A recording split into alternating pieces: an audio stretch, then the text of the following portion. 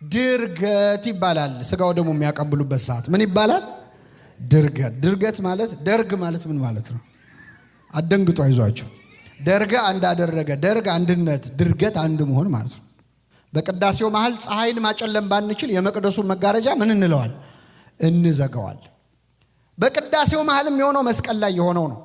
መስቀል ላይ በቀኝ ያለው ወንበዴ ጌታ ሆይ በመንግስት በመጣህ ጊዜ ምን በለኝ ቅዳሴው ላይ ያለነው ወንበዴዎች ደግሞ ተዘከረን እግዚኦ በውስተ መንግስት ከንላለ። ለሁሉም ጉዳይ ትጸልያለች። በውጊያ ላሉት፣ በጦር ሜዳ ላሉት፣ በሆስፒታል ለተኙት ትጸልያለች። ወላጅ ላጡ እናት አባት ለሞተባቸው ትጸልያለች። ባልቴቲቱን አረጋጋት ትላለች። ለተሰደዱ ሰዎች ትጸልያለች። በስደት ላለነው ሰዎች ትጸልያለች። በስደት ላሉ ሰዎች ምን አድርጋቸው ብላ ነው የምትጸልየው? አላችሁ ተኛችሁ።